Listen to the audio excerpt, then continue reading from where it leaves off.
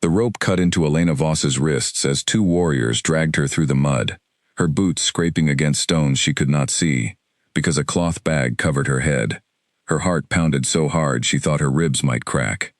Only minutes ago she had been standing at the northern border with 3 other Red Thorn scouts, checking traps along the tree line.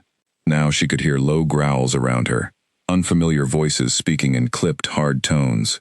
She had been caught, not just caught, but taken deep into land that belonged to the Black Fang pack, the sworn enemies of everything she had ever known. The bag was ripped from her head. Torchlight stung her eyes. When her vision cleared, she found herself standing in the middle of a wide stone hall, surrounded by dozens of wolves, shifted into their human forms, all watching her with expressions of open hostility. At the far end, seated on a raised chair made of dark wood, sat a man who did not need a crown to look like he ruled the room. His shoulders were broad, his jaw set, and his eyes carried the kind of weight that came from years of leading people through danger. Elena knew, without being told, that this was Cain Draven, Alpha of the Black Fang pack. "A Red Thorn scout," one of the warriors announced, shoving Elena forward. "Found near the ridge, marking our land." Cain rose slowly from his chair. Elena lifted her chin, refusing to show fear even though her knees felt unsteady. She had heard stories about this man since she was a child, stories meant to make her hate him before she ever met him.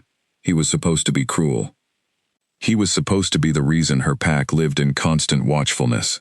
She braced herself for pain, for punishment, for something terrible. Instead, the moment Cain's eyes met hers, something inside her chest turned over, as if her whole body had been waiting her entire life for this single second. A pull, warm and undeniable, rushed through her, locking her in place. She had heard the elders speak of the mate bond, that rare and powerful connection that some wolves were lucky enough to find. She never imagined it would find her here, in the middle of enemy territory, tied up and terrified.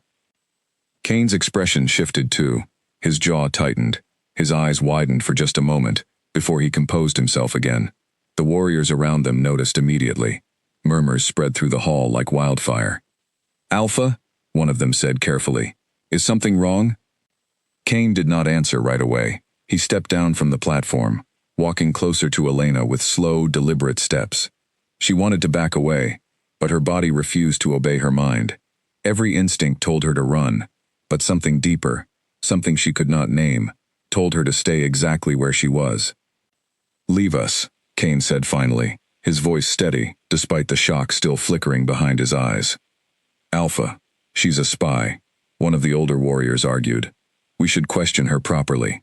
"I said leave us," Cain repeated, his tone leaving no room for further discussion. The hall slowly emptied, though many wolves cast uneasy glances back at their alpha as they left. Within a few minutes, Elena stood alone with Cain, the torches casting flickering shadows on the stone walls. She finally found her voice, though it came out smaller than she intended. "What do you want from me?" Cain studied her for a long moment. "You felt it too." It wasn't a question. Elena swallowed hard, unable to deny it even though every part of her wanted to. "This doesn't change anything," she said, forcing steel into her voice. "You and your pack have hurt my people for years. I don't care what my body says. I know what you are." Something flickered across his face. Not anger, but something closer to sadness. "You know what your alpha has told you," he said quietly. "That is not the same as knowing what I am." Elena wanted to argue, but the rope still cutting into her wrists reminded her of where she stood. She was a prisoner in enemy territory, bonded by fate to the one man her entire pack had raised her to fear. Nothing about this moment made sense, and yet the pull between them refused to fade, humming steadily beneath her fear like a second heartbeat. Cain stepped closer, and, to her surprise, reached for the rope binding her wrists. She flinched, but he moved carefully, untying the knots with steady hands until the rope fell away. She rubbed at the raw skin, watching him with wary eyes. "Why would you do that?" she asked. "I'm your enemy." "You're my mate," Cain said simply, as though that explained everything, and in some strange way, it did. "I don't tie up someone who belongs to me." The word belonged sparked something defensive in her chest. "I don't belong to anyone," she snapped, "especially not to the alpha of Black Fang." A ghost of a smile crossed his face, gone as quickly as it appeared. "We'll see." He led her out of the hall, and though every step felt like walking further from everything familiar, Elena noticed something odd. None of the warriors who watched her pass looked at her the way she expected enemies to look at a captured scout. Some looked confused. A few looked almost curious. It was not the reaction she had prepared herself for. They walked down a long corridor lined with torches, until they reached a smaller room, plain but comfortable, with a narrow bed, a wooden table, and a single window covered by iron bars. Elena understood immediately what this room was for. "You're still keeping me prisoner," she said flatly. "For now," Kane admitted, "until I figure out what to do with a Redthorn scout who happens to be my mate."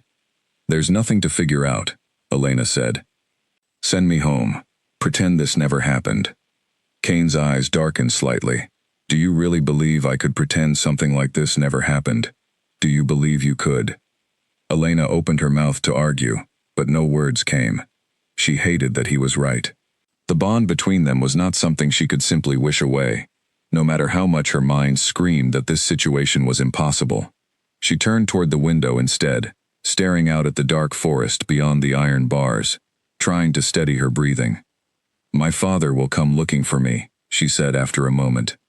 "When I don't return, my pack will assume the worst." "They'll assume Blackfang harmed you," Kane said, his voice carrying a trace of bitterness. "As always." Elena turned back to face him. "Because that's what your pack does." "Is it?" Kane asked, stepping closer. "Or is that simply what you've been told your entire life?" Something about the way he said it made her pause. She had grown up hearing endless stories about Blackfang cruelty, about raids and stolen land, about a rivalry that stretched back further than she could remember. But she had never once questioned where those stories came from, or whether they were entirely true. The thought unsettled her more than she wanted to admit. "I need time," Kane said finally, breaking the tense silence. "Time to think about what this bond means, and what to do next. Until then, you'll stay here." "You won't be harmed, you have my word." "Your word means nothing to me," Elena said, though her voice lacked its earlier venom. "It will," Kane said quietly, turning toward the door. "Give it time." He left the room, and Elena heard the heavy click of a lock sliding into place. She sank onto the edge of the narrow bed, wrapping her arms around herself, trying to make sense of everything that had happened in the span of a single hour. She had left her pack's territory that morning as a scout doing her duty. Now she sat locked inside enemy walls, bound by an invisible thread to the very man she had been raised to despise. Outside, night deepened over the Blackfang territory. Elena could hear faint howls in the distance, calls she did not recognize, rhythms different from the ones she grew up with. Everything about this place felt foreign, and yet the bond inside her chest refused to let her feel completely like a stranger. It pulled toward Kane with quiet insistence, as though her very soul recognized something her mind still refused to accept. She thought of her father, Beta Corwin Voss, who had trained her since childhood to be strong, disciplined, and loyal above all else. She thought of Alpha Grimshaw, who ruled Redthorn with an iron sense of tradition, always warning the younger wolves about the dangers lurking beyond their borders. She thought of her closest friend, Mara, who was probably already spreading word of her disappearance through the pack. What would they think if they knew the truth? That the man they called their greatest enemy was the same man fate had chosen as her mate. Elena lay back on the narrow bed, staring up at the stone ceiling, her mind spinning with questions she had no answers for. She told herself this was temporary, that she would find a way back to her pack soon, that the mate bond meant nothing if she simply refused to acknowledge it. But even as she tried to convince herself, some quiet part of her heart already knew that nothing about her life would ever be simple again. Somewhere beyond the locked door, she could hear Kane's low voice speaking to someone else, though the words were too muffled to make out clearly. She wondered what he was saying, and to whom, and what decisions were already being made about her fate.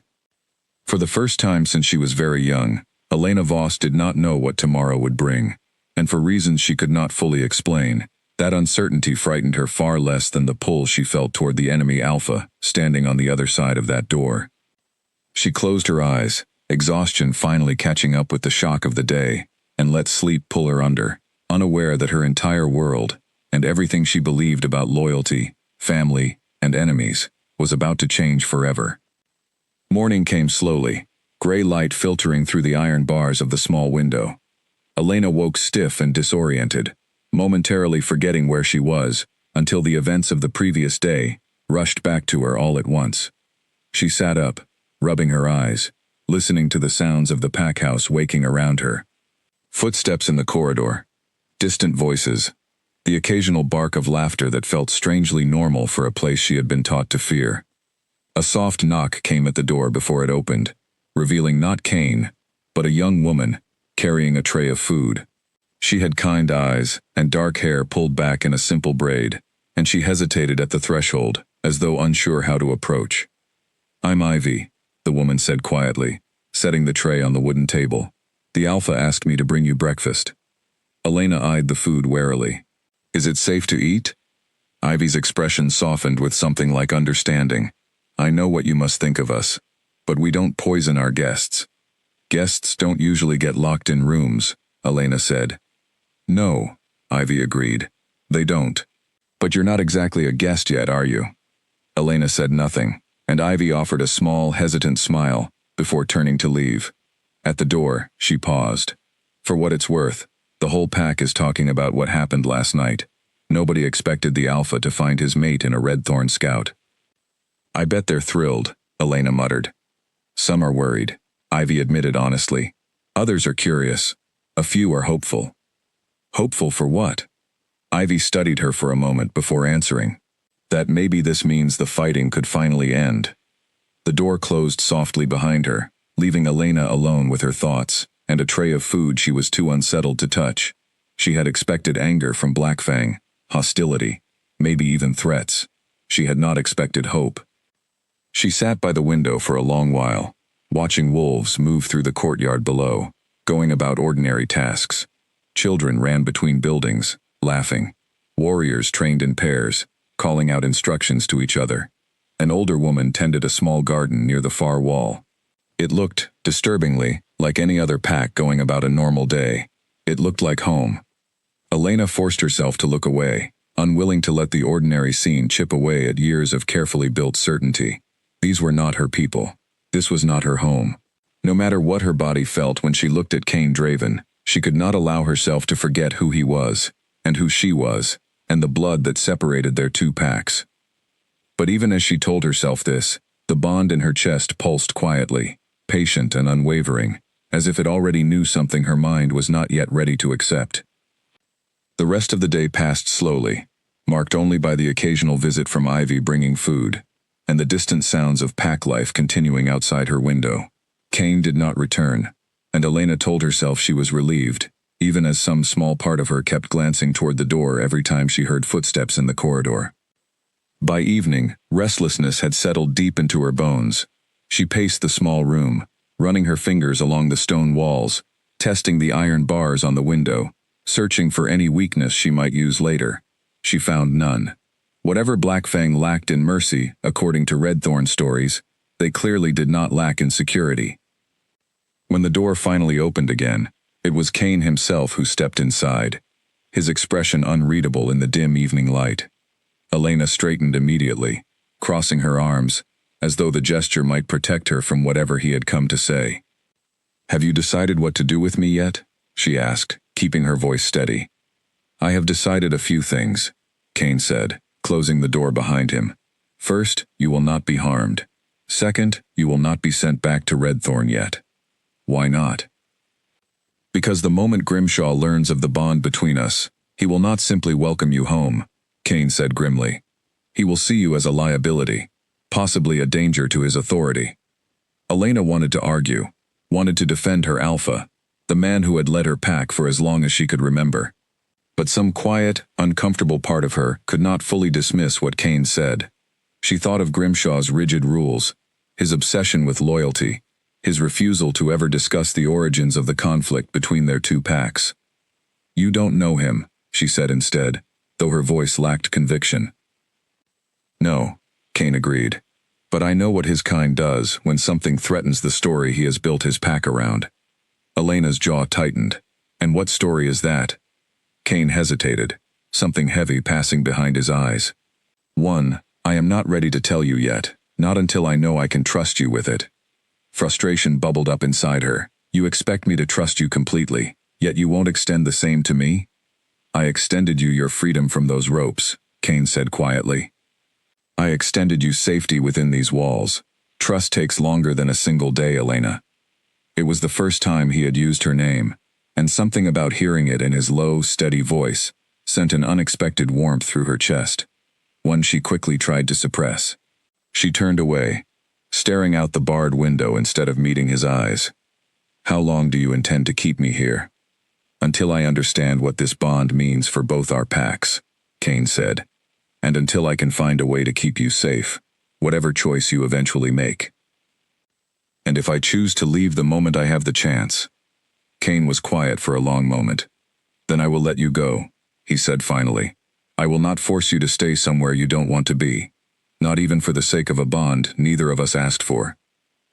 His honesty caught her off guard. She had expected manipulation, threats, perhaps even attempts to use the bond against her. Instead, she found herself facing a man who, despite everything her pack had taught her to believe, seemed to genuinely mean what he said. Why are you being so reasonable about this? She asked quietly. I'm your enemy. You're my mate, Kane repeated, the same simple words from the night before. The universe does not make mistakes about that, even when the timing feels impossible. Elena had no response to that.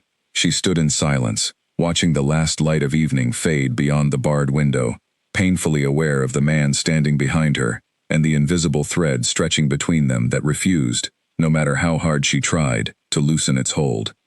Somewhere far beyond the walls of Blackfang territory, she knew her father was likely organizing search parties, her alpha was likely demanding answers, and her pack was likely preparing for the worst. She had no way of knowing that the truth, when it eventually reached them, would shatter far more than anyone could yet imagine. For now, all she could do was survive the strange, uncertain path unfolding before her, one step at a time, bound to a man she was taught to fear, in a place that no longer felt entirely like enemy territory. The days that followed blurred together in a strange rhythm Elena had not expected to settle into so quickly. Each morning, Ivy brought breakfast and lingered a little longer than necessary, slowly warming into something like friendship, despite Elena's initial wariness. Each afternoon, Kane visited, and their conversations, though guarded, grew slightly longer, slightly less hostile, with each passing day. She learned, almost against her will, that Kane was nothing like the monster her pack had described. He listened more than he spoke. He asked about her life, her training, her memories of growing up within Redthorn, and though she answered carefully at first, she found herself sharing more than she intended. In turn, he began to share pieces of his own life, small fragments at a time, though he remained careful never to speak of the deeper history between their packs. One evening, as autumn wind rattled softly against the barred window, Elena found herself asking the question that had been building inside her for days. Why does everyone keep saying the story I know isn't the whole truth? Kane, seated across the small table from her, went very still. Because it isn't. Then tell me, Elena said, leaning forward. Tell me what actually happened between our packs. Kane's jaw tightened, old pain flickering behind his eyes. Not yet, he said quietly. When the time is right, you'll understand everything. I promise you that. Frustration rose inside her, but underneath it, something else stirred too. A quiet, unwelcome doubt about everything she had been raised to believe. She thought of Alpha Grimshaw's rigid silence whenever anyone questioned the origins of the rivalry. She thought of the strange looks adults exchanged whenever old battles were mentioned. She thought of stories that never quite added up. For the first time in her life, Elena began to wonder if the walls she had been taught to defend were built on solid ground, or if they had been standing this long simply because no one had ever dared to ask what lay beneath them. Little did she know, far beyond Blackfang's borders, word of her disappearance had already reached Redthorn territory, and the reaction unfolding there would set in motion events far more dangerous than anything she could have imagined while sitting safely behind those iron bars. Beta Corwin Voss stood in the war room of Redthorn's stone lodge, his hands braced against the long wooden table, staring down at a map marked with red pins, indicating the last known position of his daughter's scouting patrol. 3 days had passed since Elena failed to return from her routine border check, and every hour that ticked by tightened the knot of dread sitting heavy in his chest. Alpha Grimshaw entered the room without knocking, his expression carved from stone. He was a tall man, broad through the shoulders, his hair streaked with gray, though his presence still commanded absolute authority throughout the pack. He studied the map briefly, before turning his sharp gaze on Corwin. "Any word?" "Nothing confirmed," Corwin said, his voice tight with restrained emotion. But one of the other scouts reported movement near the northern ridge before losing sight of Elena's position. Blackfang territory begins less than a mile beyond that point. Grimshaw's expression darkened. "Then we already know what happened." "We don't know anything for certain," Corwin argued, though even he could hear the desperation in his own voice. "We know Blackfang has never once shown mercy to anyone who crosses into their territory," Grimshaw said flatly. "We know they have taken Redthorn lives before without hesitation. There is no reason to believe this time would be different." Corwin's fists clenched at his sides. Elena was his only daughter, the light of his life, since the day her mother passed years ago. The thought of her suffering at Blackfang hands made something violent twist inside his chest, though he forced himself to remain composed in front of his alpha. "What do you propose we do?" he asked. Grimshaw was quiet for a long moment, his eyes narrowing as though calculating something far beyond the immediate crisis. "We prepare," he said finally. "If Blackfang has taken her, we cannot simply march into their territory unprepared. We gather our strongest warriors, we assess their numbers, and we plan carefully before we act." "And if she's still alive?" Corwin pressed. "Every day we wait is another day of uncertainty." "If she's alive," Grimshaw said, his voice quieter now, almost calculating, "then Blackfang will use her as leverage eventually. We will know soon enough what they intend." Corwin studied his alpha carefully, noticing something in Grimshaw's expression that unsettled him, though he could not quite name what it was. There was worry there, certainly, but also something else, something closer to caution, as though Grimshaw feared more than simply his daughter's safety. "Is there something you're not telling me?" Corwin asked slowly. Grimshaw's eyes flickered, just for a moment, before his expression smoothed back into practiced neutrality. "I am telling you everything relevant to bringing your daughter home safely," he said. "Trust the process, Corwin. We have faced Blackfang before. We will face them again if necessary." He left the war room without another word, leaving Corwin alone with the map and a growing unease he could not shake.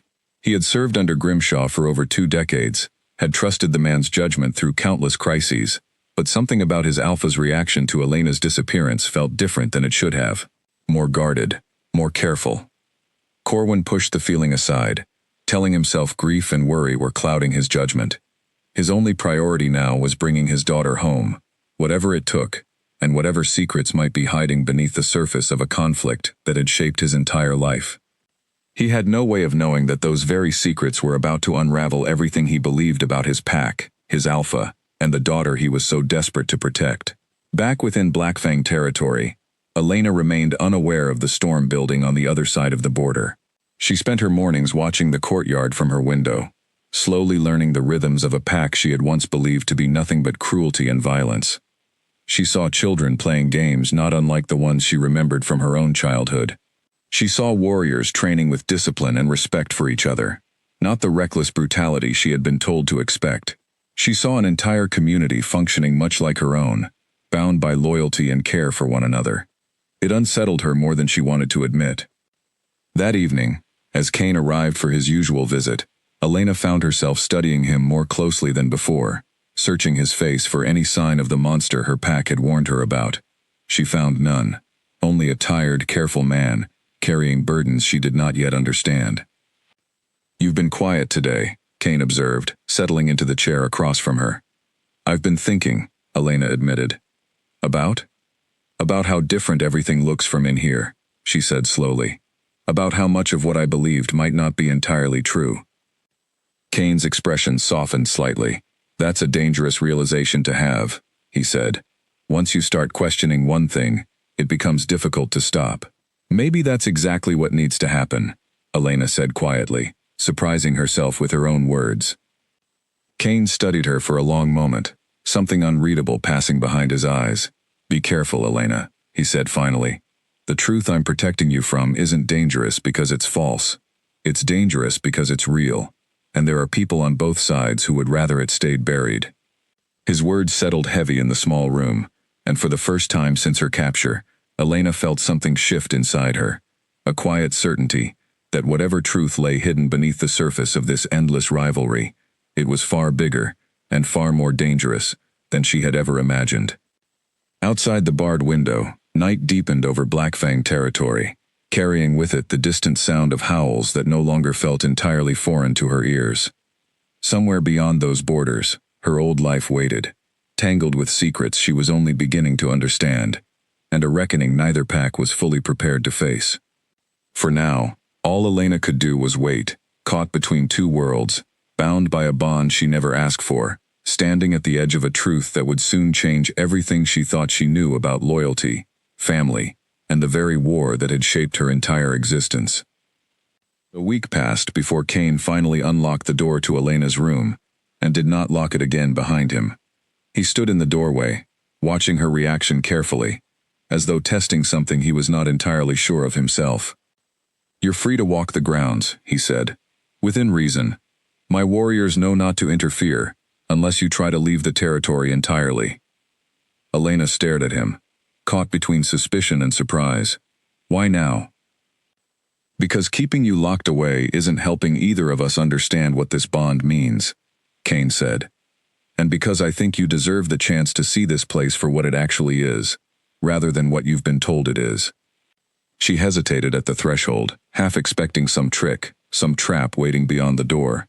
But when she stepped into the corridor, and no one moved to stop her, something in her chest loosened slightly, a tension she had not realized she was carrying. Kane walked beside her as she explored the pack house, and slowly, cautiously, Elena began to see the world of Blackfang through her own eyes, rather than the stories she had grown up hearing. The stone halls were not cold and menacing as she expected, but warm, with tapestries and carvings that told stories of a proud, ancient pack. Children ran past them in the corridors, some pausing to stare curiously at the stranger walking beside their alpha, before continuing on with their games. "They don't look at me the way I expected," Elena admitted quietly. "What did you expect?" "Hatred, fear, the way I was taught to feel about Blackfang." Kane's expression grew thoughtful. "Most of my pack has never even met a red-thorn wolf outside of conflict at the border. To them, you're simply unusual, not necessarily an enemy." They stepped outside into the courtyard, where the late afternoon sun cast long shadows across training grounds, where warriors practiced hand-to-hand combat, disciplined and controlled. Nothing like the reckless violence Elena had always imagined defined Blackfang's approach to conflict. Nearby, an older woman tended rows of herbs and vegetables, humming softly to herself as she worked. "That's Mabel," Kane said, following her gaze. "She's been growing food for this pack longer than I've been alive. Insists the medicinal herbs work better when grown with patience, rather than rushed with magic shortcuts." Elena watched the woman work, struck by how ordinary, how peaceful, the scene appeared. It looked nothing like the battlefield she had spent her entire life preparing to defend against. "I don't understand," she said finally, voicing the thought that had been building inside her for days. "Everything I was taught said Blackfang thrives on conflict, that violence is simply your way of life. But this," she gestured toward the courtyard, "this looks like any other pack trying to live peacefully." Kane's jaw tightened slightly. "We defend our borders when necessary, the same as any pack would. But we do not seek conflict for its own sake, no matter what stories Redthorn has told its people." "Then why does the fighting never stop?" Elena pressed. "If neither side wants war, why has this rivalry lasted for generations?" Kane was quiet for a long moment, his eyes distant, as though weighing how much he was willing to share. "Because someone benefits from the fighting continuing," he said finally, "and that someone has worked very hard to make sure neither side ever questions why." Elena wanted to press further, but something in Kane's expression told her this was not the moment for that particular truth.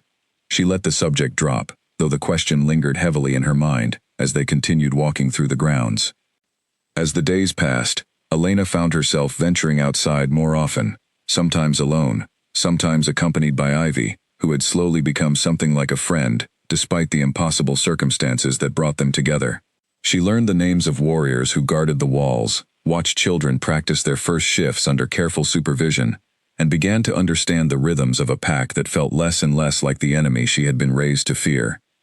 One afternoon, she found herself sitting beside Ivy near the training grounds, watching a group of young wolves practice basic defensive stances under the watchful eye of an instructor. "You've settled in faster than anyone expected," Ivy observed, glancing sideways at her. "I don't know if settled in is the right way to describe it," Elena said honestly. "I still don't know what I'm supposed to do. My pack believes I'm either dead or a prisoner suffering at Black Fang hands. My father is probably preparing for war right now, believing he's coming to rescue me." "And what do you believe?" Ivy asked gently.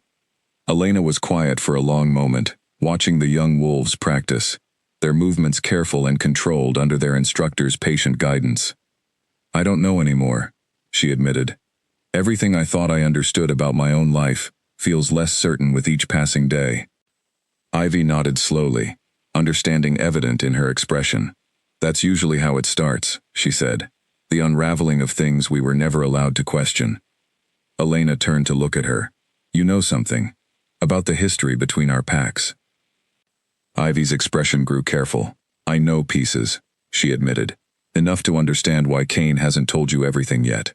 Some truths need to be delivered carefully, especially when they're capable of reshaping everything a person believes about their own family." "That sounds ominous."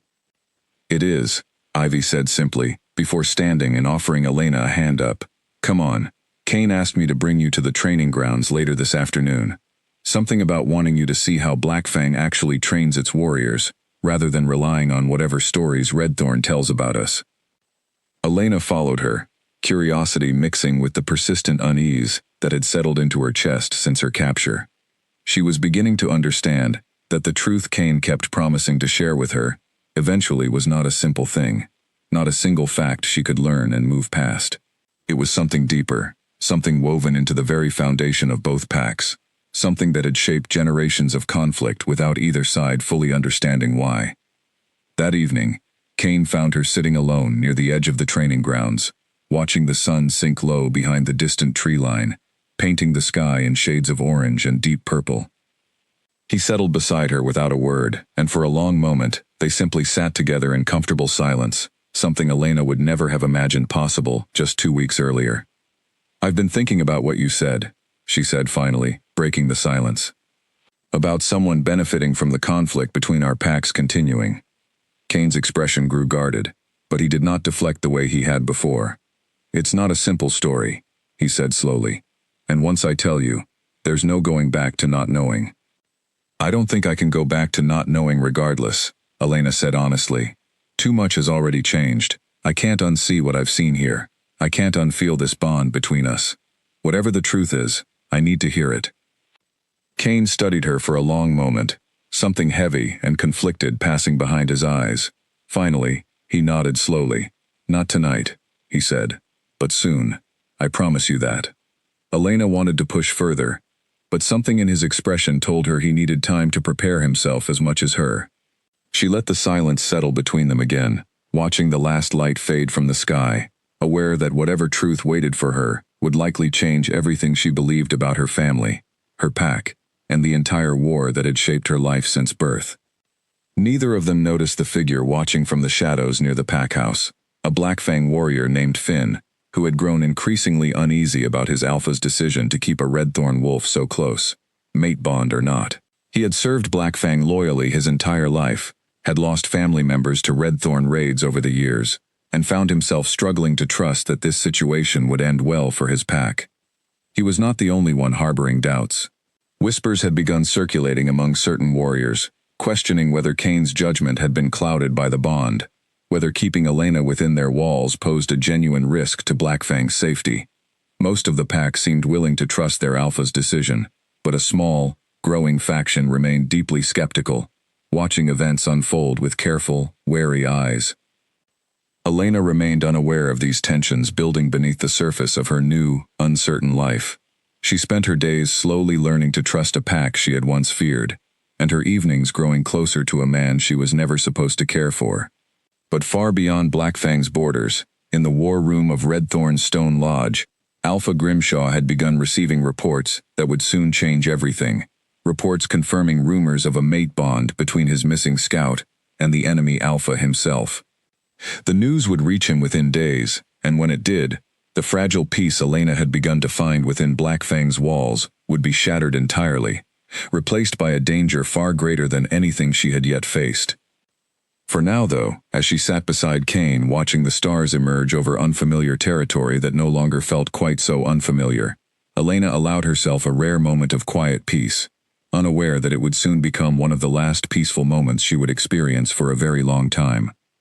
The report reached Alpha Grimshaw on a cold morning, carried by a trembling messenger who had traveled through the night to deliver news too dangerous to wait until dawn. Grimshaw read the message twice before setting it down on his desk, his expression unreadable in the dim candlelight of his private study. "Say it again," he told the messenger, slowly. "A traitor who crosses between territories," the messenger said, keeping his eyes lowered. "He claims to have overheard Black Fang warriors speaking of it openly, that the Red Thorn scout taken 2 weeks ago is the Alpha's mate, that she remains within their walls, unharmed, treated with unusual respect." Grimshaw's fingers curled slowly into fists atop his desk. For a long moment he said nothing, staring at the flickering candle, as though searching for some alternate explanation within the flame itself. When he finally spoke, his voice was low and controlled, though the messenger could hear the barely restrained fury beneath it. "Tell no one what you've told me," Grimshaw said. "Not until I decide how to handle this." The messenger nodded quickly and left the room, leaving Grimshaw alone, with a truth he had feared might surface one day, though he had hoped it never would. He rose from his desk and crossed to the window, staring out at the sleeping pack grounds below, his mind racing through possibilities, each one more dangerous than the last. If Elena truly shared a mate bond with Cain Draven, it meant far more than a personal complication. It meant a potential bridge between two packs that had been kept apart, deliberately and carefully, for reasons only Grimshaw and a handful of trusted elders fully understood. It meant the carefully maintained narrative he had spent decades reinforcing could unravel entirely, should the truth ever surface through unexpected channels like a mate bond neither side could control.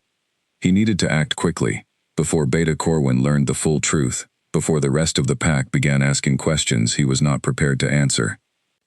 By midday, Grimshaw had called Corwin into his private study, closing the heavy wooden door behind them with deliberate care. Corwin's expression shifted from confusion to alarm as he took in his Alpha's grim demeanor. "You've received word about Elena," Corwin said immediately, hope and fear warring in his voice. "Is she alive?" "She's alive," Grimshaw confirmed carefully, "but the situation is complicated." "Complicated how?" Corwin pressed, stepping closer. "Tell me what you know." Grimshaw hesitated, weighing his words with the precision of a man accustomed to controlling every situation. "There are reports," he said slowly, unconfirmed, "that Elena has formed some manner of connection with the Black Fang Alpha." Corwin's brow furrowed in confusion. "What kind of connection?" "A mate bond," Grimshaw said finally, watching Corwin's face carefully for his reaction. For a long moment, Corwin simply stared at his Alpha, the words seemingly refusing to fully register. Then, slowly, understanding dawned across his features, followed swiftly by disbelief. "That's not possible," he said. "Elena would never." "The mate bond does not ask permission," Grimshaw interrupted, his voice hardening. "It simply happens, regardless of loyalty, regardless of duty. If the reports are accurate, your daughter now shares an unbreakable connection with the very man responsible for decades of Red Thorn losses." Corwin's face drained of color. He gripped the edge of Grimshaw's desk for support, his mind racing through the implications of what he had just heard. His daughter, bonded to the enemy Alpha. It felt impossible, unthinkable, and yet he knew the mate bond was not something any wolf could simply choose or refuse. "What do we do?" Corwin asked finally, his voice barely above a whisper. Grimshaw's expression grew calculating.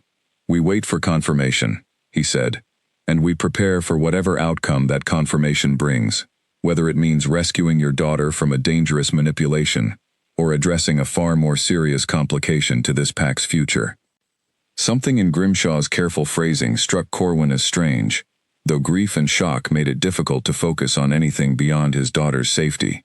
"She needs to come home," Corwin said firmly. "Whatever has happened, whatever bond exists, she is still my daughter, and still a member of this pack." We cannot simply abandon her. No one is suggesting abandonment, Grimshaw said smoothly. But we must be careful how we proceed. A bond with the Black Fang Alpha changes the nature of any potential rescue attempt significantly. We cannot act rashly. Corwin left the study feeling as though the ground beneath him had shifted entirely, his mind a chaotic tangle of fear for his daughter's safety and disbelief at the situation fate had apparently chosen for her. He did not notice the careful, calculating look that crossed Grimshaw's face as the door closed behind him, nor did he suspect that his Alpha's concerns extended far beyond simple worry for a missing pack member. Grimshaw returned to his window, staring out at his territory with narrowed eyes. He had spent decades ensuring that certain truths remained buried, that the origins of the conflict between Redthorn and Blackfang stayed carefully controlled within a narrative he alone had crafted. A mate bond between Elena and Kane threatened to unravel all of it, should the two of them ever compare notes, ever question why their packs had been kept locked in endless conflict for reasons neither fully understood. He could not allow that to happen. By evening, Grimshaw had summoned his most trusted advisors, a small circle of elders who had known the truth about Redthorn's history for decades, sworn to secrecy through loyalty, and in some cases, fear of what exposure might cost them personally. They gathered in the war room, voices low and urgent as they discussed the unfolding crisis. If the bond is confirmed, one elder said carefully, we cannot simply dismiss Elena as a casualty of war any longer. Her father will demand answers. The pack will demand answers. Then we control the narrative before those questions can be asked, Grimshaw said firmly. Elena becomes a victim of Blackfang manipulation, nothing more. The bond, if it exists, will be framed as another example of Blackfang cruelty, a means of controlling and weakening our pack through unnatural manipulation of fate itself. And if she resists that framing? Another elder asked carefully. If she returns and speaks of kindness rather than cruelty? Grimshaw's expression darkened. Then we ensure she does not return in a position to speak at all. Silence fell across the room, heavy and uncomfortable, as the full weight of Grimshaw's implications settled over those gathered. A young elder named Callum shifted uncomfortably in his seat, clearly troubled by the direction of the conversation, though he said nothing, understanding the dangerous cost of questioning his Alpha too openly. We are not suggesting harm to a pack member, Grimshaw said, softening his tone slightly, though the underlying threat remained clear. We are simply ensuring the truth remains protected for the good of this entire pack. Elena's loyalty must be re-established before she is permitted to return, or she must be prevented from spreading dangerous misinformation that could destabilize everything we have built. The elders exchanged uneasy glances, but no one dared openly challenge their Alpha's authority. The meeting ended with a plan taking careful shape, one that would brand Elena a potential traitor should she fail to align with the narrative Grimshaw needed maintained, regardless of the truth she might have discovered during her time within Blackfang's walls. Corwin, unaware of the darker turn his Alpha's plans had taken, spent that evening staring at an old photograph of Elena as a young girl, taken shortly before her mother's passing. He remembered the fierce determination in her eyes even then, the same determination that had made her one of the pack's most capable scouts. He could not bring himself to believe she would ever willingly betray her people, mate bond or not. He resolved, quietly and privately, that he would find a way to see her himself, to hear the truth directly from her, rather than relying entirely on Grimshaw's carefully filtered reports. Whatever had happened within Blackfang's walls, whatever bond fate had forced upon his daughter, he needed to understand it fully before deciding what came next. He did not yet know that his own Alpha had already begun planting the seeds of a narrative designed to brand his daughter a traitor, regardless of what truths she might bring home with her. He did not know that the pack he had served loyally for over 2 decades was preparing to turn against the very daughter he was determined to protect. Far away, within Blackfang territory, Elena remained unaware of the storm gathering on the horizon. She spent that same evening sitting with Kane near the edge of the training grounds, watching the last light of day fade into darkness, still waiting for the promised truth that would soon collide catastrophically with the narrative already taking shape back home. Neither of them could have predicted how quickly everything was about to change, nor how completely the fragile peace Elena had begun to find would soon be shattered by forces neither of them fully controlled. 3 days after the meeting in the war room, Alpha Grimshaw stood before the assembled pack in the central courtyard of Redthorn's stone lodge, his voice carrying easily across the gathered crowd. Word of Elena's disappearance had spread throughout the pack weeks earlier, and now, finally, their alpha had called them together for news. Corwin stood near the front of the crowd, his heart pounding with a mixture of hope and dread as he waited to hear what his alpha would say. He had spent the past 3 days trying to arrange a way to see Elena himself, only to be told repeatedly that the situation remained too delicate, too dangerous for direct action. Now, watching Grimshaw prepare to address the entire pack, he sensed something was about to change, though not in the direction he had hoped. "My people," Grimshaw began, his voice grave and measured. "I have grave news to share, regarding our missing scout, Elena Voss." A hush fell over the crowd, every eye fixed on their alpha. "We have confirmed reports," Grimshaw continued, "that Elena has been manipulated by Blackfang through the false claim of a mate bond with their alpha, Cain Draven. Rather than resisting this manipulation, our scout has chosen to remain within their walls, willingly, and has begun speaking against Redthorn's interests." Corwin's stomach dropped. This was not the narrative he had been told privately.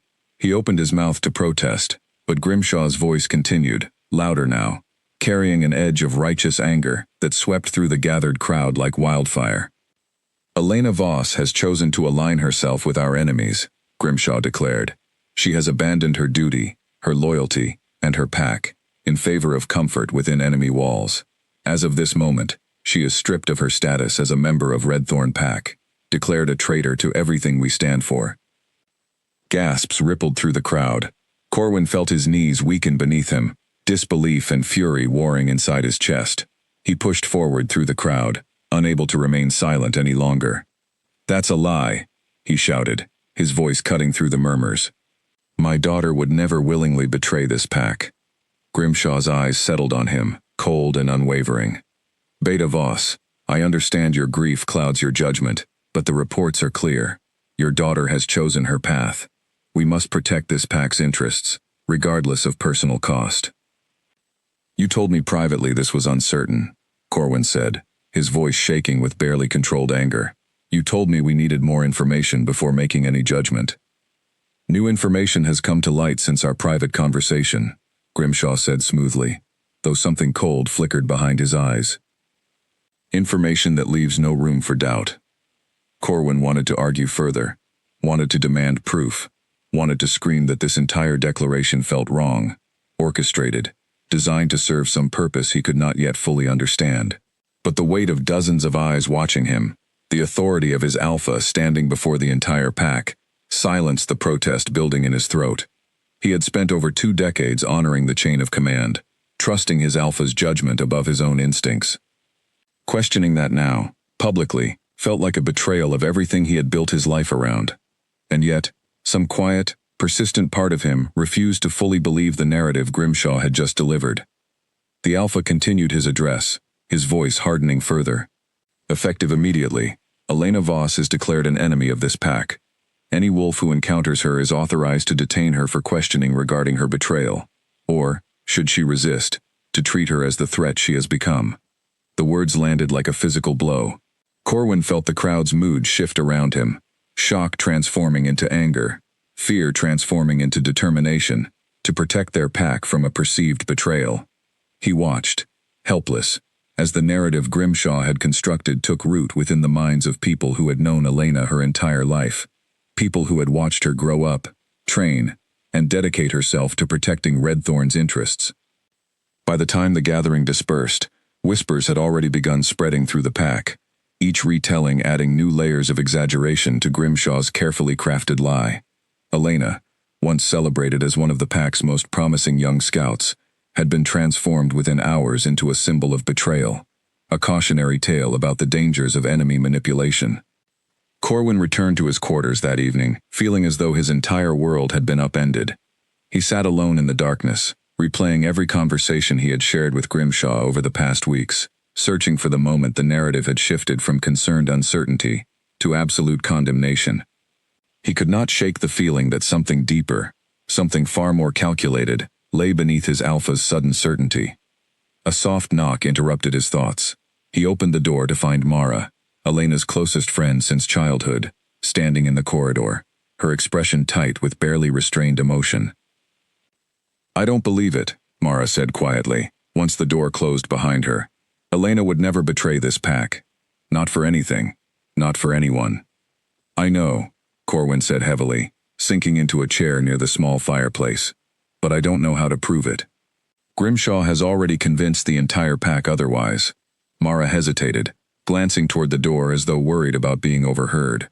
"There's something else," she said carefully. "Something I probably shouldn't be telling you." Corwin looked up sharply. "What is it?" "My cousin serves as a runner between territories, delivering messages for traders who cross through neutral ground," Mara said quietly. "He mentioned something a few days ago, something about Grimshaw meeting privately with certain elders, discussing how to handle news about Elena before it became public knowledge.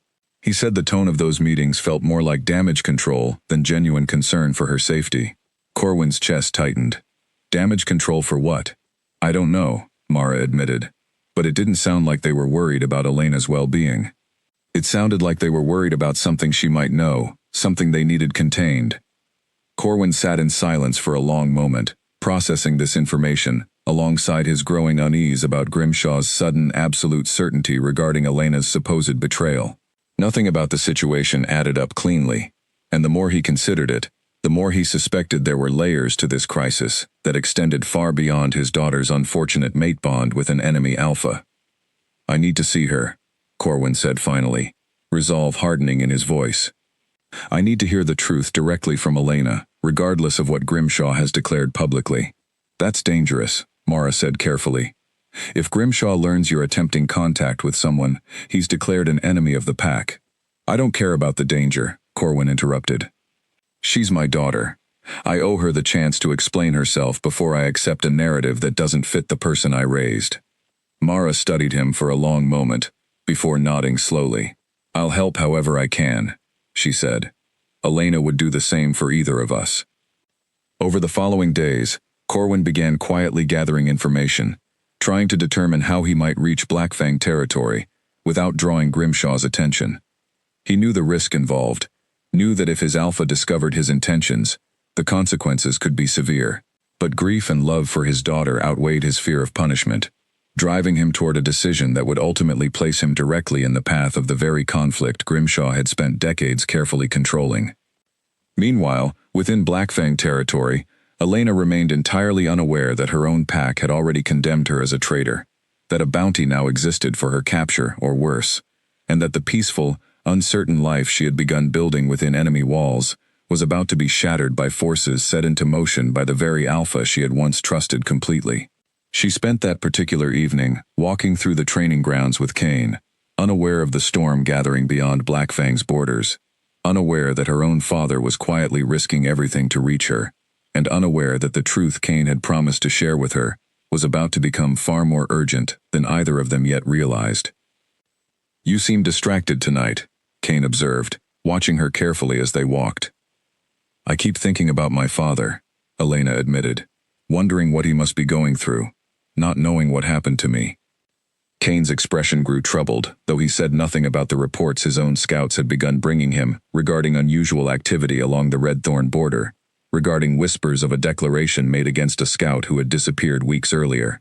He was not yet certain enough of the details to share them with Elena, unwilling to cause her unnecessary pain before he understood the full situation himself.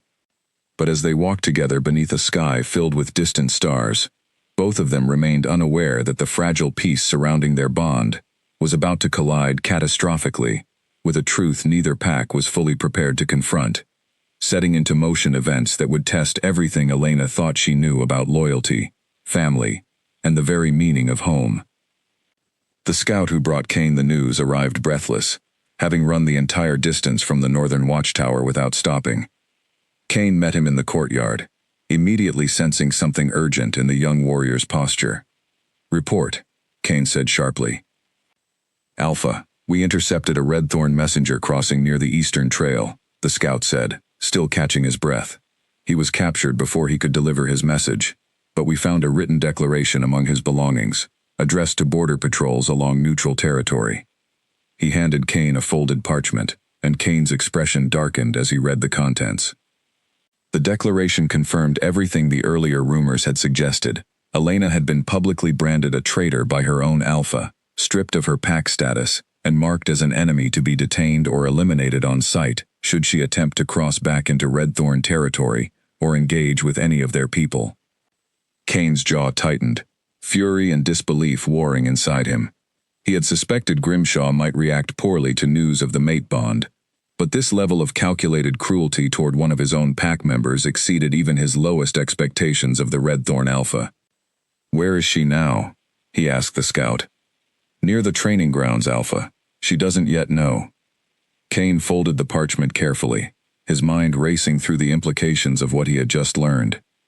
He needed to tell Elena the truth, both about her pack's betrayal and about the deeper history he had been carefully avoiding since her arrival.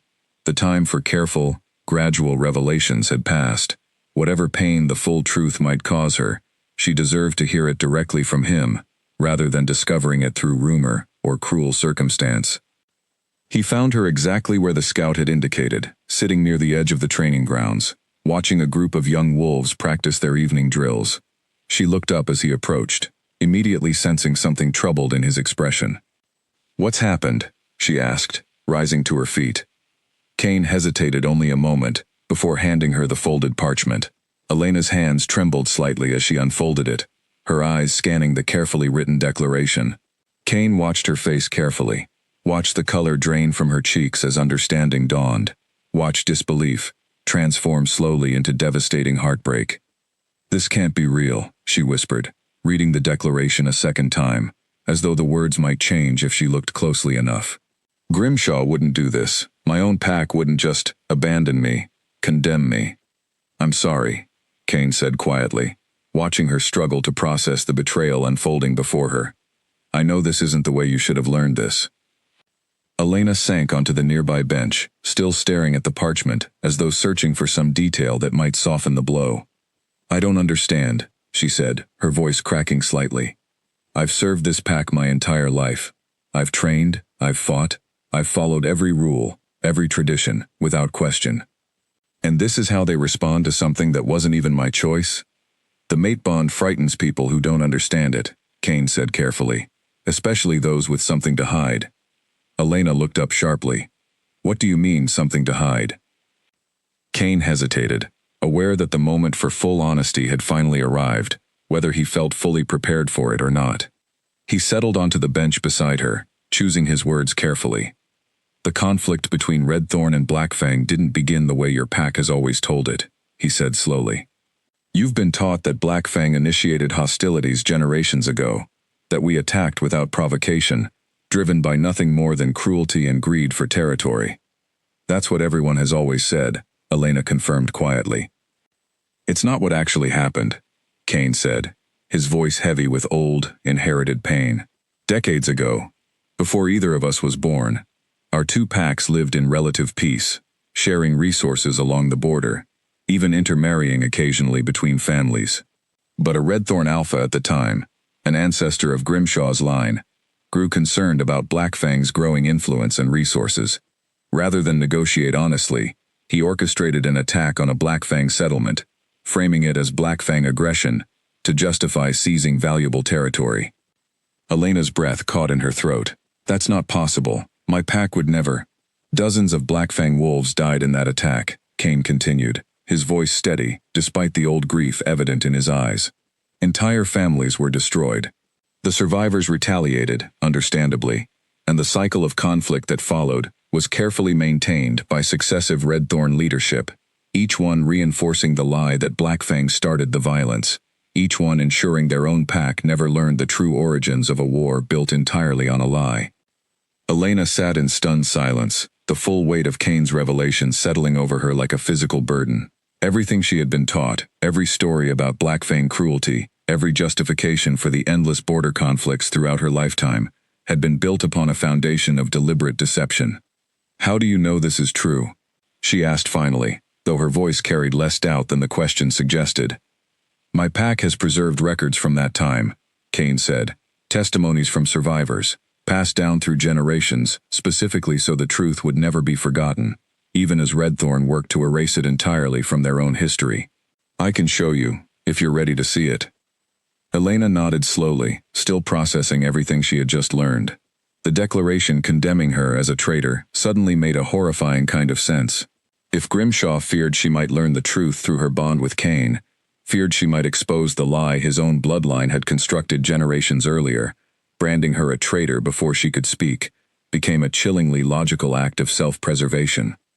"He's not protecting the pack," Elena said slowly, the realization settling into place. "He's protecting a lie." "Yes," Cain confirmed quietly.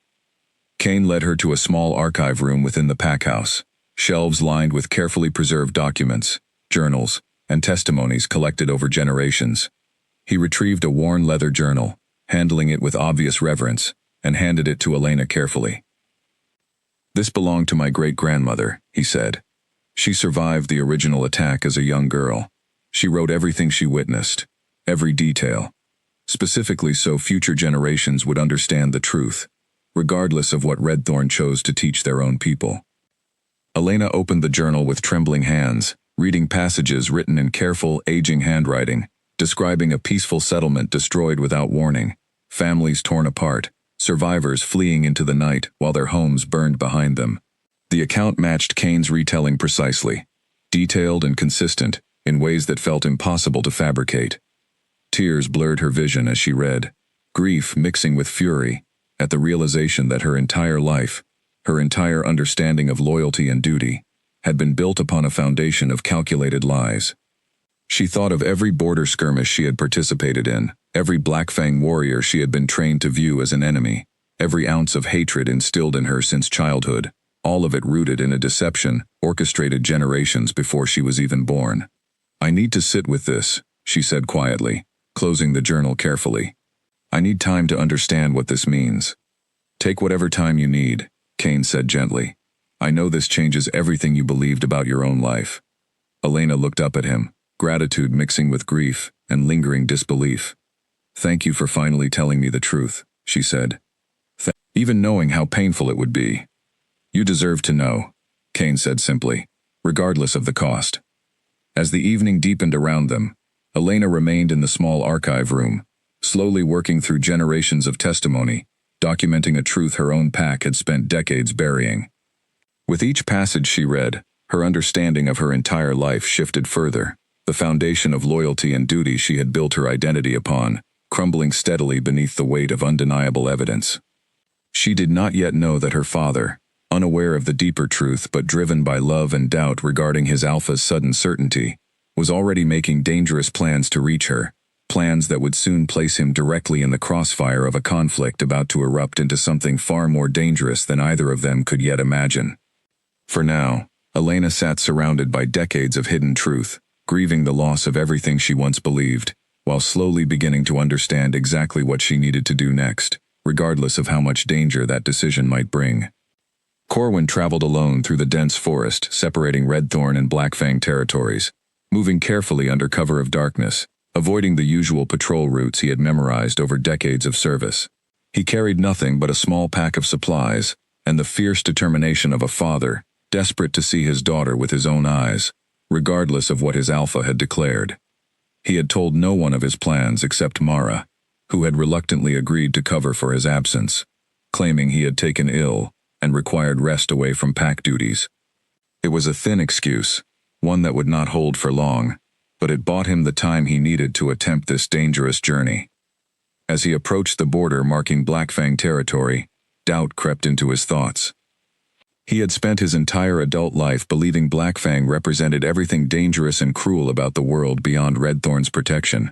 Now he found himself walking directly into that territory, hoping desperately that the pack he had been trained to fear would show mercy to a grieving father, seeking only the truth about his daughter. A low growl sounded from the shadows ahead, and within moments, Corwin found himself surrounded by 3 Blackfang warriors, their postures tense and ready for conflict. He raised his hands slowly, showing he carried no weapon. "I'm not here to fight," he said carefully. "I'm looking for my daughter, Elena Voss." The warriors exchanged uncertain glances. One of them, a young man with sharp eyes, stepped forward cautiously. "You're her father?" "Yes," Corwin confirmed. "Please, I only want to see her, to know she's safe." The warriors conferred quietly among themselves before the young man spoke again. "Wait here.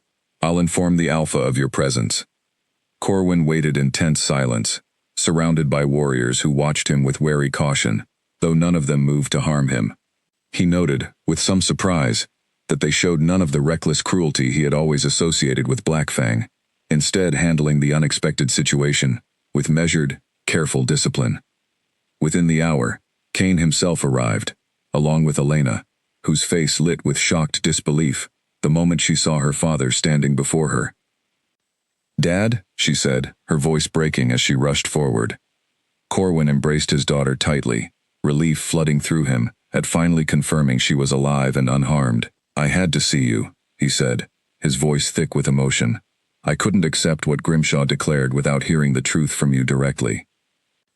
Elena pulled back slightly, studying her father's face carefully. "You know what he said? That I'm a traitor?"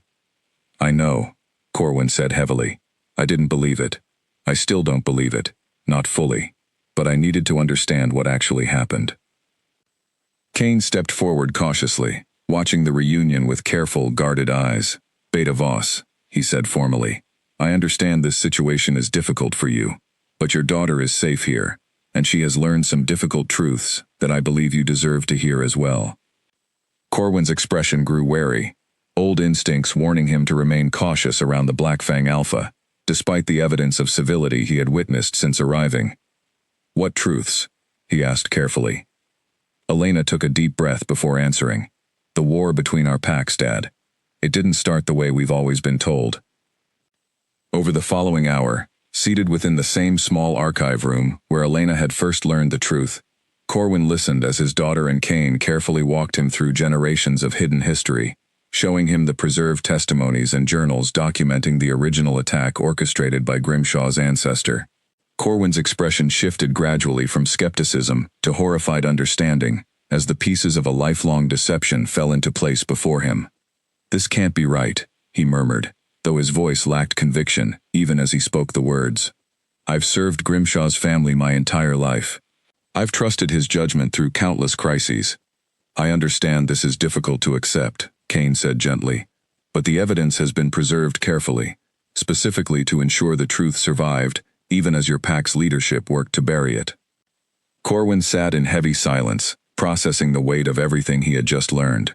He thought of Grimshaw's strange behavior since Elena's disappearance, the careful, calculated way he had shifted from concerned uncertainty to absolute condemnation within days.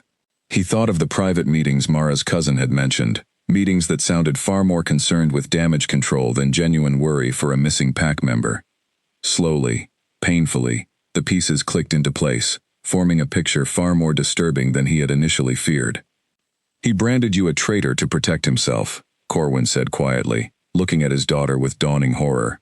"Not because he genuinely believed you had betrayed the pack, but because he feared what you might learn, what you might expose." "That's what we believe," Elena confirmed. Corwin buried his face in his hands, grief and fury warring inside him, as he confronted the reality that the Alpha he had served loyally for over 2 decades had orchestrated a devastating lie against his own daughter, simply to protect a secret that should have died generations earlier. "I don't know what to do," he admitted quietly. "I can't return to Redthorn and simply accept Grimshaw's leadership now, not knowing what I know. But I also can't abandon my entire pack, the people I've sworn my life to protect." "No one is asking you to choose sides tonight," Cain said carefully, "but I believe the truth needs to reach the rest of Redthorn eventually. The pack deserves to know the real history behind this conflict, rather than continuing to fight a war built on generations of lies." Corwin nodded slowly, though the weight of what that truth might cost, both personally and for the entire pack structure he had dedicated his life to, settled heavily over him. He looked at his daughter, seeing not the traitor Grimshaw had declared, but the same fierce, principled young woman he had raised, now caught in circumstances far beyond anything either of them could have anticipated. "I need time to think about how to approach this," he said finally. "If I return to Redthorn now, speaking openly about what I've learned, Grimshaw will likely brand me a traitor as well, alongside you." "Then don't return yet," Elena said gently. "Stay here. At least until we figure out a safer way to bring this truth forward. Corwin hesitated, torn between the instinct to return to his duties and the growing understanding that his entire concept of duty had been built upon a foundation he could no longer trust. Finally, he nodded, accepting Kane's cautious offer of temporary shelter within Blackfang territory while they worked together to determine their next steps. As the days passed, Corwin slowly began to see Blackfang through eyes no longer clouded by decades of inherited prejudice. He watched his daughter grow closer to Kane, watched the genuine respect and care building between them, despite everything working against their bond, and slowly began to understand that perhaps the mate bond fate had chosen for Elena was not a curse, but an unexpected bridge toward healing a conflict that had caused immeasurable suffering on both sides for far too long. But even as fragile hope began building within Blackfang's walls, danger continued gathering beyond their borders. Grimshaw, growing increasingly desperate as reports reached him of Corwin's disappearance and suspected defection, began preparing more aggressive measures to ensure his secret remained protected, regardless of the cost to those who threatened to expose it. The fragile peace Elena had begun building, both with her father and within her new life among Blackfang, was about to face its greatest test yet, as Grimshaw's desperation pushed him toward a dangerous plan that would soon place everyone she cared about directly in harm's way. Grimshaw paced his private study, the walls closing in around him as reports continued arriving, each one more troubling than the last. Beta Voss had vanished, his absence explained away by a thin excuse that had begun unraveling within days. Whispers had started spreading through the pack, quiet questions about the true nature of Elena's supposed betrayal, seeds of doubt that threatened to grow into something far more dangerous if left unaddressed.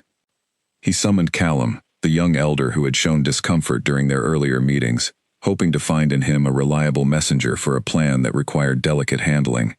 "I need you to travel to the border," Grimshaw said, his voice carrying forced calm, despite the tension evident in his rigid posture. "Deliver a message to Blackfang, requesting a formal truce meeting to discuss the return of both Beta Voss and Elena." Callum's brow furrowed slightly. "A truce meeting? After the declaration you made against her?" "Circumstances have changed," Grimshaw said smoothly. "I am prepared to offer amnesty in exchange for their peaceful return, provided both parties agree to certain conditions, ensuring pack stability moving forward." Callum studied his alpha carefully, sensing something calculated beneath the surface of this seemingly reasonable proposal. "What conditions?" "That is a discussion for the meeting itself," Grimshaw said, his tone leaving no room for further questions. "Simply deliver the message, and arrange the meeting at the neutral clearing near the eastern ridge, 3 days from now." Callum hesitated, old loyalty warring with a growing unease he could not fully articulate. But questioning his alpha directly carried significant risk, and he had witnessed firsthand what happened to those who challenged Grimshaw's authority too openly. He nodded finally, accepting the assignment despite his reservations. What Callum did not know, what Grimshaw had carefully kept hidden even from his own trusted advisors, was that the proposed truce meeting was never intended as genuine negotiation. It was a trap, carefully designed to lure Kane into a vulnerable position, away from the protection of his own pack's walls, where a small group of Grimshaw's most loyal and ruthless warriors waited in hidden positions surrounding the clearing.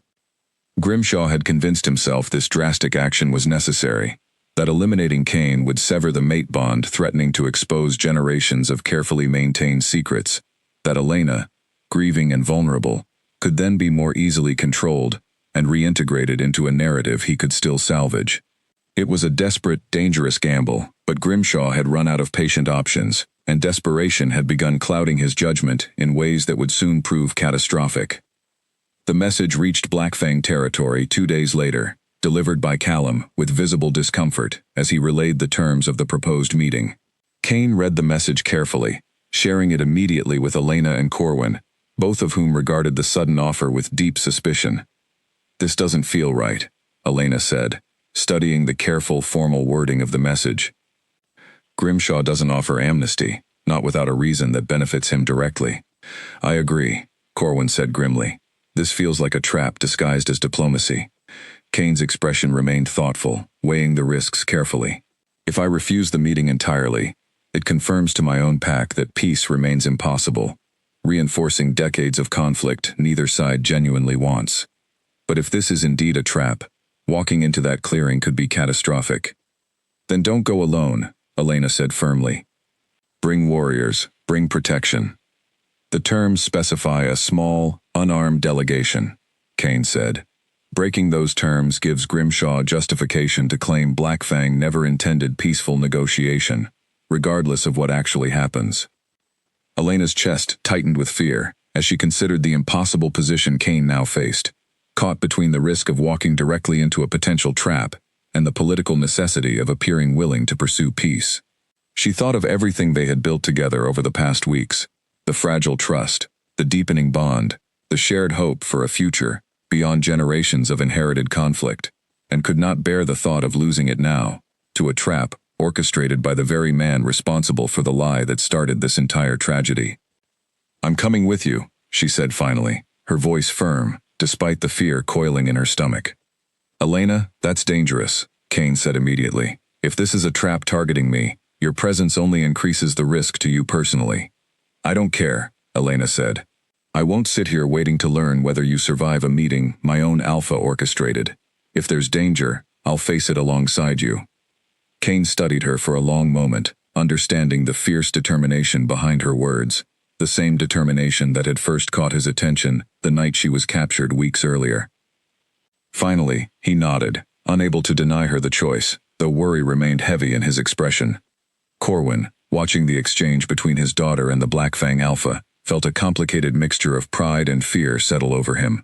He recognized in Elena's determination the same fierce loyalty that had defined his relationship with his own alpha for decades, now redirected toward protecting someone he had once been taught to view as an enemy, someone who had become, through circumstances neither of them chose, deeply important to her. I'm coming as well, Corwin said firmly. If Grimshaw intends betrayal, he should understand that his own beta stands against him now. The morning of the meeting arrived cold and overcast, gray clouds hanging low over the neutral clearing near the eastern ridge. Kane, Elena, and Corwin approached carefully, watching for any sign of ambush, though the clearing appeared empty except for a single figure waiting near its center. Grimshaw stood alone, dressed formally, his expression carefully composed into an approximation of diplomatic calm. But Elena, watching her former alpha closely, noticed the subtle tension in his posture, the way his eyes flickered repeatedly toward the surrounding tree line, betraying nerves beneath his carefully maintained facade. Kane Draven, Grimshaw said formally as they approached. Thank you for agreeing to this meeting.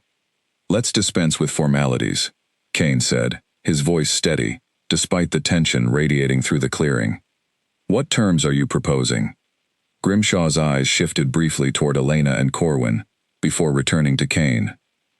I propose the immediate severance of this unfortunate bond between yourself and Elena Voss, through whatever means necessary, in exchange for guaranteed peace along our shared border moving forward.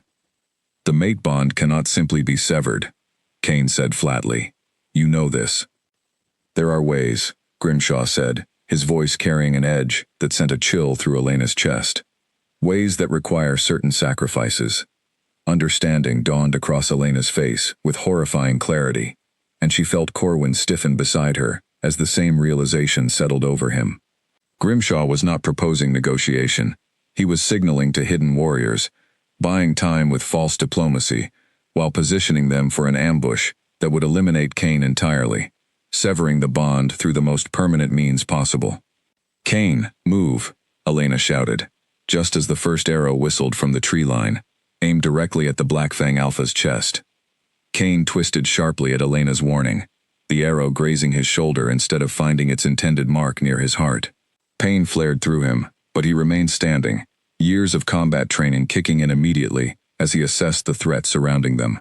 Warriors emerged from the tree line on all sides, at least a dozen of them, weapons drawn, closing in around the small clearing with practiced coordination.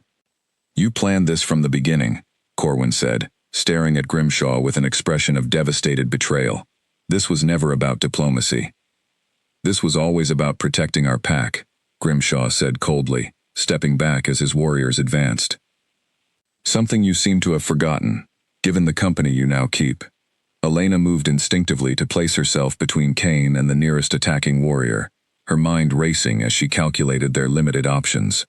They had walked into this meeting deliberately unarmed, trusting, foolishly, that Grimshaw might honor even the barest pretense of diplomatic terms.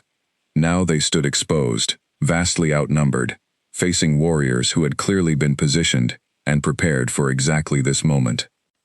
"Elena, get back," Kane said urgently, positioning himself protectively despite the arrow wound still bleeding steadily through his torn shirt. "I'm not leaving you," Elena said fiercely, refusing to retreat even as the surrounding warriors tightened their circle. Corwin, recovering from his initial shock, stepped forward with the authority of decades spent commanding respect within Redthorn's ranks. "Stand down," he commanded the approaching warriors, several of whom he recognized as wolves he had personally trained over the years. This is not the path of honor Redthorn was built upon. Several warriors hesitated, clearly recognizing their former beta's voice of authority, uncertainty flickering across their expressions as they glanced between Corwin and Grimshaw for guidance. "He is no longer your beta," Grimshaw snapped, his composure finally cracking under the pressure of his plan unraveling in real time. "He stands with our enemies. Ignore his commands." But the damage had been done. The warrior's hesitation, brief as it was, gave Kane the opening he needed. Despite his injury, he shifted rapidly into his wolf form, a massive dark shape that sent several nearby attackers stumbling backward in surprise. He moved with fierce, controlled speed, positioning himself to shield both Elena and Corwin, while creating enough chaos to disrupt the coordinated ambush. Elena felt fierce pride swell within her chest, even amid the terrifying chaos.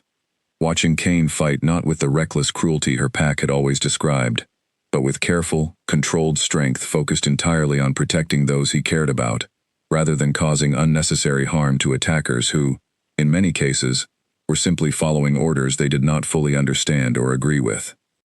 "Fall back," she shouted toward the hesitating warriors, recognizing several familiar faces among them, wolves she had trained alongside for years. "You don't have to do this. Grimshaw has been lying to all of us." Her words, combined with the growing chaos and Corwin's continued commands, created enough confusion among the attacking warriors that their coordinated assault began fracturing into disorganized skirmishes.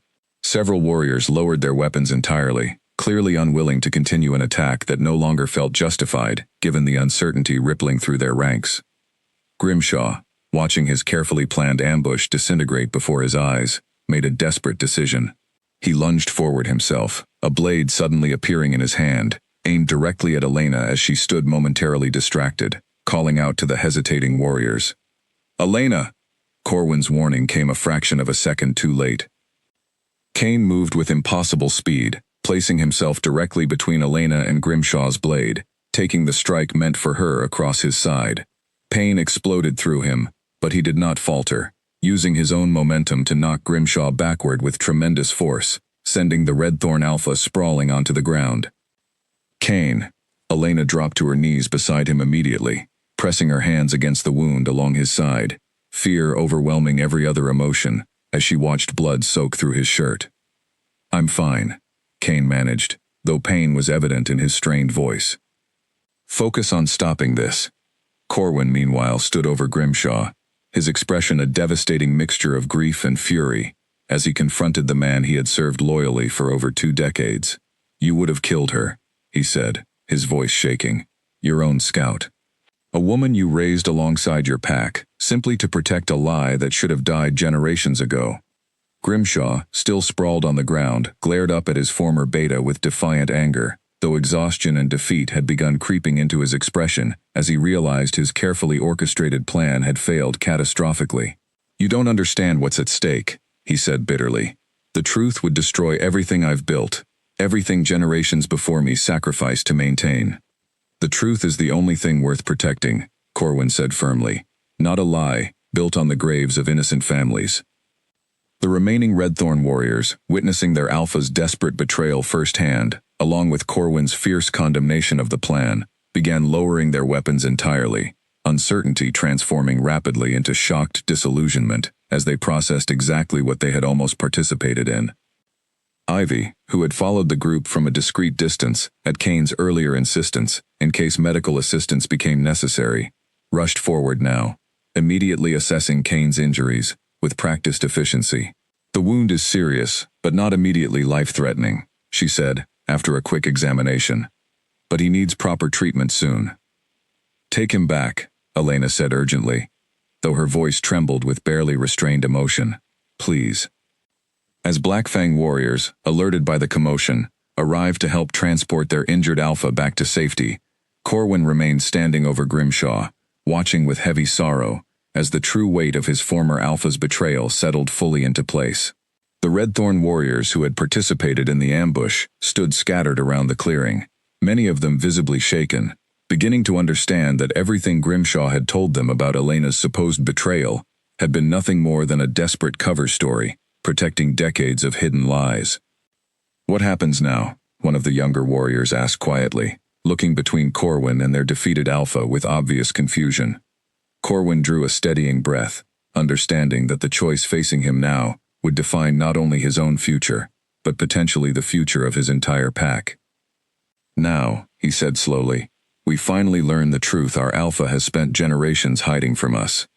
Behind him, Grimshaw remained silent, defeated, understanding finally that his carefully maintained deception had collapsed entirely, exposed not through malicious intent, but through his own desperate attempt to protect it at any cost. As the group began the slow journey back toward Blackfang territory, carrying their wounded alpha and escorted by a mixture of confused Redthorn warriors, uncertain of their next loyalty, Elena walked beside Kane's stretcher, her hand clasped tightly in his despite the pain evident in his expression. She had nearly lost him, nearly watched the man fate had chosen as her mate die at the hands of the very alpha who had raised her, all to protect a truth that should have set both packs free generations earlier, rather than continuing to fuel needless suffering. Whatever came next, whatever reckoning awaited both packs as the truth finally came to light, Elena understood with fierce certainty that she would face it standing firmly beside Kane, regardless of the cost. Kane's recovery took several days, during which Elena rarely left his side, watching over him as Ivy carefully tended his wounds, changing bandages, and monitoring for any signs of infection. The physical injury, though serious, healed steadily under the healer's careful attention, but the emotional aftermath of the failed ambush left deeper marks throughout both packs, marks that would take considerably longer to fully address. News of Grimshaw's betrayal spread quickly, carried by the very warriors who had witnessed his desperate attempt to eliminate Kane and, ultimately, to harm Elena as well. Within Redthorn territory, shock rippled through the pack as the true story emerged, contradicting everything their alpha had declared publicly weeks earlier. The warriors who had accompanied Grimshaw to the ambush spoke openly now, describing exactly what they had witnessed, their accounts corroborating Corwin's testimony, rather than the carefully constructed narrative Grimshaw had originally presented. Mara, who had remained in Redthorn territory throughout this entire ordeal, found herself at the center of growing unrest as pack members began questioning everything they had been told, demanding answers about the true origins of the conflict with Blackfang, about the real reason behind Elena's supposed betrayal, about whether their alpha's leadership could still be trusted, given the depth of deception now coming to light. Grimshaw, held under careful watch within Blackfang territory following the failed ambush, remained largely silent during the days following his defeat, though Elena visited him once, driven by a complicated mixture of anger and a desperate need for understanding that she could not fully explain even to herself. She found him seated in a small guarded room, his once commanding presence now diminished considerably by the weight of exposed betrayal. He looked up as she entered, something unreadable passing across his weathered features. "Come to gloat?" he asked, his voice carrying none of its former authority. "Come to understand," Elena said quietly, settling into the chair across from him. "You raised me. You trained me. You watched me grow up believing you cared about this pack's well-being above everything else. How could you plan something so cruel, simply to protect a lie?"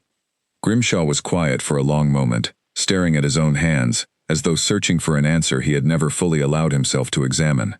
"I convinced myself the lie protected everyone," he said finally.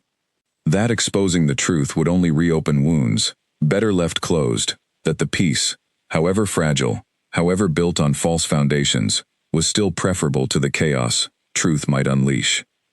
But it wasn't peace," Elena said firmly.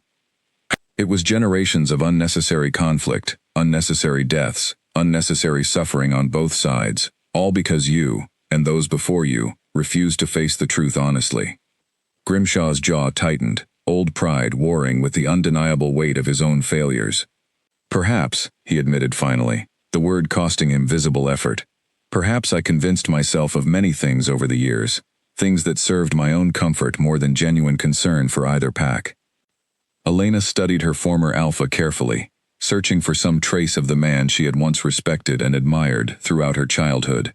She found only the remnants of someone who had allowed fear and pride to justify increasingly desperate, increasingly harmful decisions, until those decisions nearly cost innocent lives. What happens to you now is not my decision alone, Elena said finally, rising from her chair. But I hope, eventually, you find the courage to face the full truth of what you've done, rather than continuing to hide behind justifications that no longer hold any weight. She left the room without waiting for his response, her heart heavy with complicated grief for the relationship she had lost, even as clarity settled firmly into place regarding the path forward. Meanwhile, within Redthorn territory, the pack's leadership structure had begun fracturing under the weight of Grimshaw's exposed betrayal. Several senior warriors, disturbed by everything that had come to light, began organizing informal discussions about the pack's future, uncertain whether Grimshaw could ever be trusted to lead again, uncertain what structure might replace him should removal become necessary. Corwin, despite his own complicated feelings about his former alpha, found himself increasingly called upon to help guide these difficult conversations, his decades of trusted service lending him credibility even as questions arose about how much he himself had known regarding the deeper history between the packs. I didn't know, he told the assembled group of senior warriors during one particularly tense meeting. Not until Elena and Kane showed me the evidence themselves. I served Grimshaw faithfully for over 2 decades, trusting his judgment completely. I understand now how dangerous that blind trust became. Then how do we move forward? One warrior asked, frustration evident in her voice. If our entire leadership structure has been built on deception, how do we trust any decision made from this point forward? We move forward with transparency, Corwin said firmly. We bring the full truth to every member of this pack, regardless of how uncomfortable that truth might be. And we make decisions about leadership together, as a pack, rather than blindly following authority that has proven itself capable of such devastating betrayal. The conversations continued over subsequent days, difficult and often contentious, as Redthorn grappled with the reality of decades built upon a foundation of lies. Some pack members struggled to accept the truth entirely, clinging to old narratives that felt safer than the uncertainty of complete transparency. Others embraced the revelation with a mixture of relief and anger, grateful finally to understand the true nature of a conflict that had shaped their entire lives, furious at having been deceived for so long. Within Blackfang territory, similar conversations unfolded, though with considerably less turmoil, given that Kane's pack had preserved the true history all along, waiting patiently for the day the truth might finally reach beyond their own borders. Still, uncertainty remained regarding what genuine peace between the two packs might actually look like, given generations of inherited conflict and mistrust that could not simply dissolve overnight. Elena, watching both packs navigate this difficult transition, found herself increasingly drawn into a role she had never anticipated, serving as a bridge between two communities, finally beginning to understand each other honestly for the first time in generations. Her bond with Kane, once a source of confusion and fear, had become something far more significant, a symbol of the possibility for genuine connection between packs long kept deliberately apart.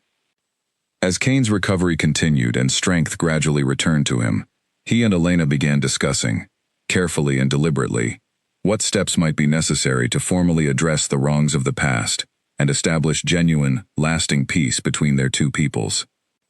This won't happen quickly, Kane said one evening, as they sat together watching the sunset paint the sky in brilliant shades of orange and gold. Generations of conflict cannot simply be resolved through a single conversation or gesture. I know, Elena said, leaning against him carefully, mindful of his still healing wound. But we've already come further than either of us could have imagined when I was first dragged into your hall weeks ago. Kane smiled softly, old pain from that difficult day easing slightly at the memory. Fate has a strange way of bringing exactly what's needed, even through circumstances that feel impossible at the time.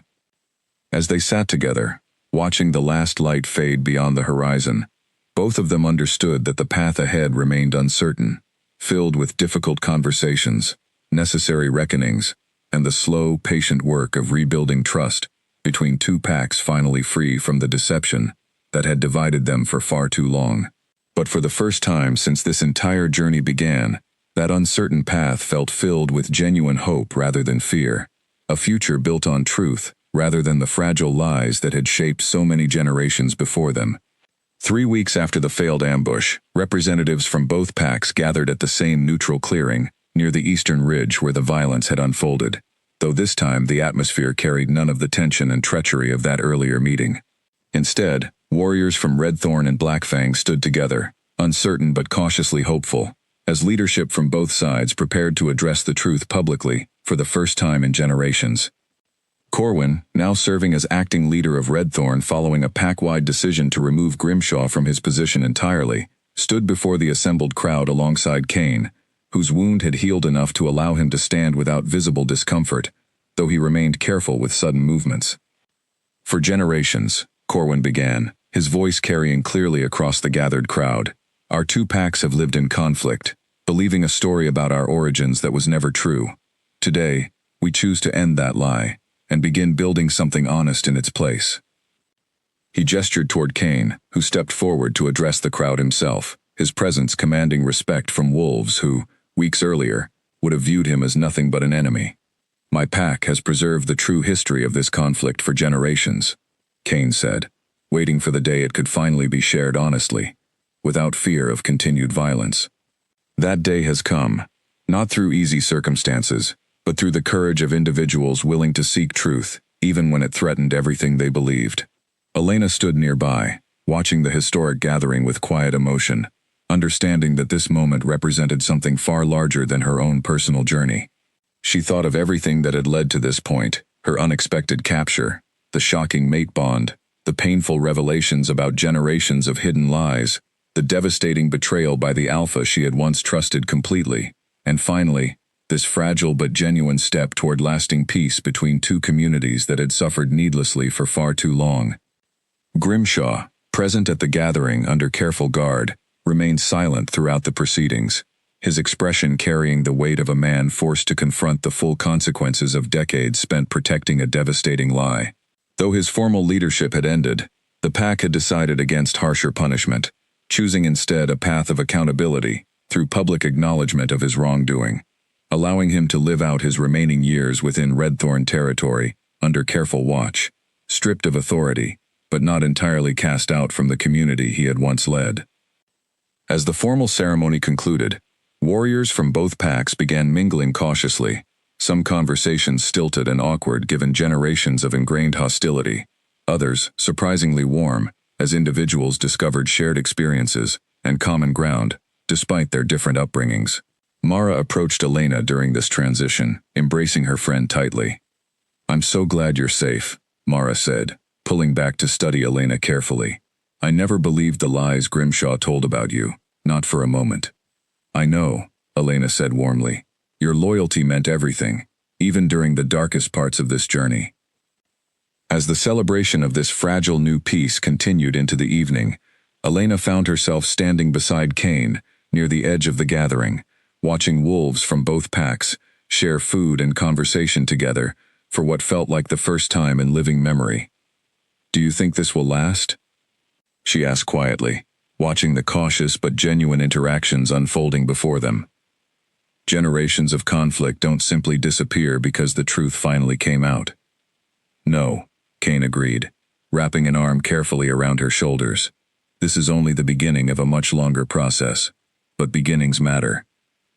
Today, both our packs chose truth over comfortable lies. That choice creates space for everything that needs to follow. Elena leaned into him, watching the sunset paint the gathering in warm golden light, feeling something settle peacefully within her chest, for the first time since this entire journey began months earlier.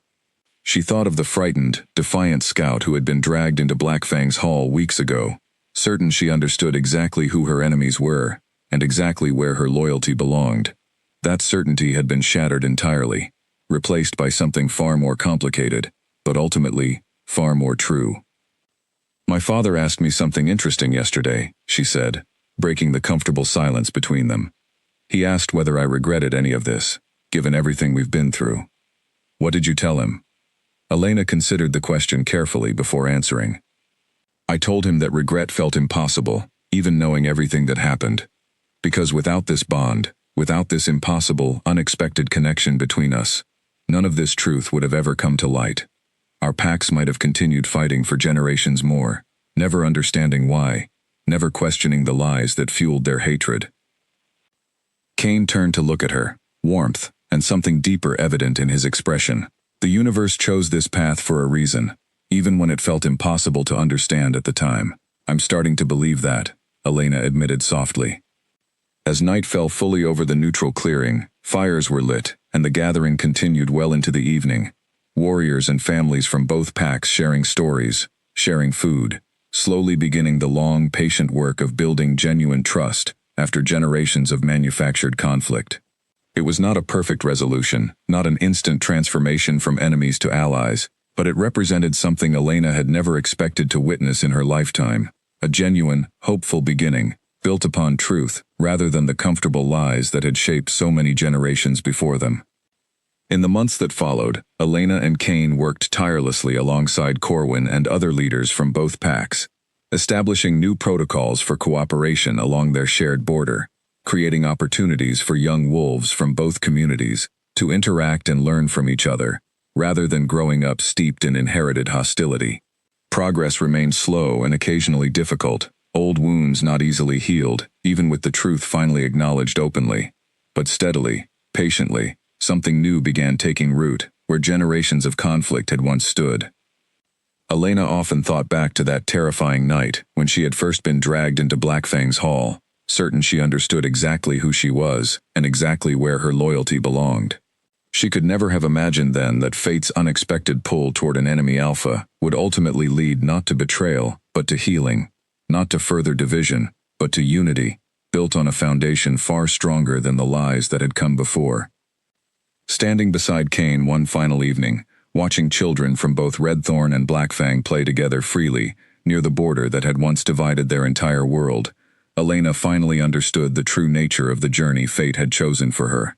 She had discovered an enemy. Alpha was her mate, had faced betrayal from the very pack she had sworn her life to protect, had lost and rebuilt her understanding of loyalty, family, and truth itself.